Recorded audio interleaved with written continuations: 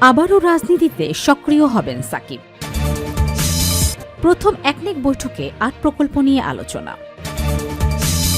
অধ্যাদেশ বাতিলের চাপ রাজনৈতিক অঙ্গন থেকে আসছে, জানালো টিআইবি। বিসিবি নির্বাচনে তদন্ত রিপোর্ট যাচ্ছে আইসিসিতে, জানালেন আমিনুল হক। সর্বশেষ জানাবো, প্রজাতন্ত্রের কর্মকর্তা কর্মচারীদের মধ্যে নৈতিকতা থাকা প্রয়োজন, বললেন স্থানীয় সরকার প্রতিমন্ত্রী। শিরোনাম শুনলেন, এবারে বিস্তারিত। আবারও রাজনীতিতে সক্রিয় হবেন সাকিব। আওয়ামী লীগের টিকিটে সংসদ সদস্য হয়েছিলেন জাতীয় ক্রিকেট দলের সাবেক অধিনায়ক সাকিবুল হাসান। ২৪-এর গণ অভ্যুত্থানের পর থেকে দলটির কার্যক্রম নিষিদ্ধ রয়েছে। তবে আওয়ামী লীগের কার্যক্রম সচল হলে আবারও রাজনীতিতে সক্রিয় হবেন বলে জানিয়েছেন সাবেক এই বিশ্বসেরা অলরাউন্ডার। দেশের একটি সংবাদ মাধ্যমকে দেয়া একান্ত সাক্ষাৎকারে সাকিব বলেন, যেহেতু আমাদের দলের আওয়ামী লীগের কার্যক্রম নাই, সেহেতু চেষ্টা করছি ক্রিকেটটা খেলে যাওয়ার। দলের যখন কার্যক্রম শুরু হবে বা আমরা করতে পারবো, তখন হয়তো আবার চেষ্টা করব রাজনীতিটা করার। প্রথম একনেক বৈঠকে ৮ প্রকল্প নিয়ে আলোচনা।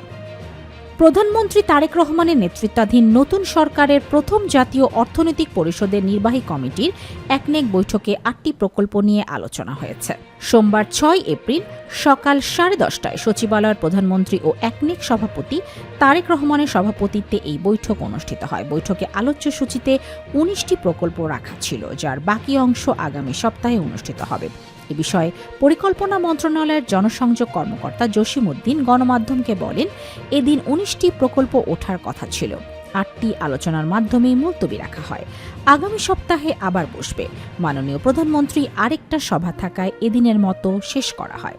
এর মধ্যে কোনো প্রকল্প অনুমোদন পেয়েছে কিনা এমন প্রশ্নের উত্তরে তিনি বলেন, ৬টি পাশ হয়েছে, 2টি বাদ রাখা হয়েছে। অধ্যাদেশ বাতিলের চাপ রাজনৈতিক অঙ্গন থেকে আসছে, জানালো TIB. Transparency international Bangladesh TIB এর নির্বাহী পরিচালক ড ইফতেখারুজ্জামান বলেছেন, অধ্যাদেশ আইন হিসাবে কার্যকর না হওয়ার পেছনে মূলত 2টি কারণ কাজ করছে, একটি আমলাতন্ত্র ও আরেকটি রাজনৈতিক প্রভাব। তিনি বলেন, বর্তমানে অধ্যাদেশ নিয়ে যে পরিস্থিতি তৈরি হয়েছে তা মূলত অভ্যন্তরীণ প্রতিরোধের ফল, যার উৎস রাজনৈতিক অঙ্গন। একই সঙ্গে এই প্রক্রিয়ায় আমলাতন্ত্রের উপরও নির্ভরতা রয়েছে। অধ্যাদেশ বাতিলের পক্ষে যেসব যুক্তি তুলে ধরা হচ্ছে তার অনেকটাই আমলাতন্ত্র থেকেই এসেছে।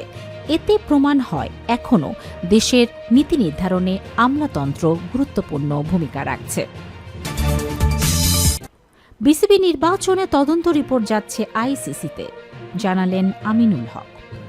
বাংলাদেশ ক্রিকেট বোর্ড বিসিবির নির্বাচনের অনিয়মে তদন্ত কমিটির রিপোর্ট আইসিসির কাছে পাঠাবে যুব ও ক্রীড়া মন্ত্রণালয়। এরপরই বিসিবির বিষয়ে চূড়ান্ত সিদ্ধান্ত নেওয়া হবে বলে জানিয়েছেন যুব ও ক্রীড়া প্রতিমন্ত্রী আমিনুল হক। রোববার ৫ এপ্রিল বিসিবি নির্বাচনের অনিয়মে তদন্ত রিপোর্ট জাতীয় ক্রীড়া পরিষদ এনএসসির কাছে জমা দেওয়া হয়। এরপর গণমাধ্যমকে যুব ও ক্রীড়া প্রতিমন্ত্রী বলেন, দেখুন, ইতোমধ্যেই সকালবেলা তদন্ত কমিটি এসে প্রতিবেদন জমা দিয়ে গেছে। দেওয়ার পর আমরা তাৎক্ষণিকভাবে আন্তঃমন্ত্রণালয়ের একটা সভা ডেকেছিলাম। সেই সভায় আমরা আলাপ আলোচনা করেছি। আইসিসিকে তদন্ত প্রতিবেদন সম্পর্কে অবগত করার পরই আমরা পরবর্তী সিদ্ধান্ত গ্রহণ করব ইনশাআল্লাহ।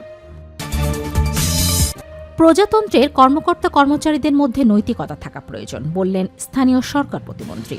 স্থানীয় সরকার প্রতিমন্ত্রী মীর শাহে আলম বলেছেন, প্রজাতন্ত্রের সকল কর্মকর্তা কর্মচারীদের মধ্যে নৈতিকতা থাকা প্রয়োজন।